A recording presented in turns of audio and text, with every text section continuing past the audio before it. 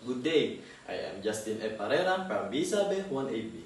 I will be discussing informational listening and what age-related memory loss and daily exercise. Here's how to implement the five strategies of informational listening in your passage about age-related memory loss, and daily exercise. Informational listening is a type of listening focused on obtaining and understanding information, such as listening to lectures, news, or reports. Its primary goal is to grasp the details being shared and extract valuable knowledge that can be used or processed in the future. It does not aim for criticism or judgment, but for a clear understanding of the message. Here's the 5 strategies for listening to description. Number 1. Set your goals for listening to descriptive materials. The goals is to understand the relationship between memory loss exercise and brain health.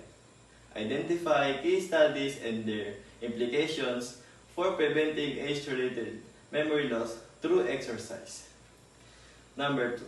Pay attention descriptive words.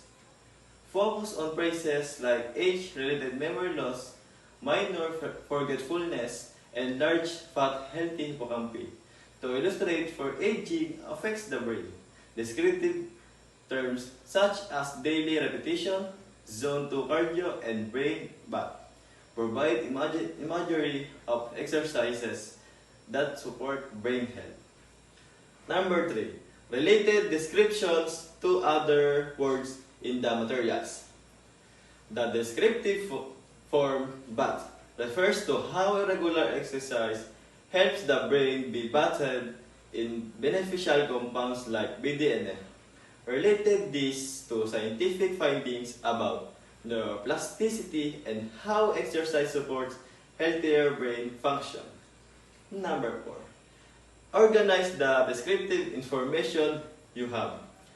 Memory loss starts around age 50 or 60 and is exacerbated by stress.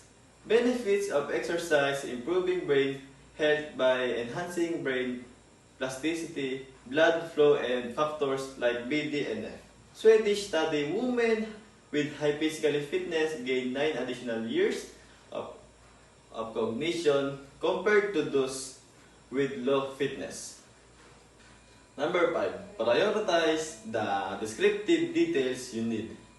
Key details to focus on include how exercise affects memory, the importance of a daily routine, 30 to 45 minutes of exercise, and the relationship between fitness levels and extended cognitive function in the Swedish study.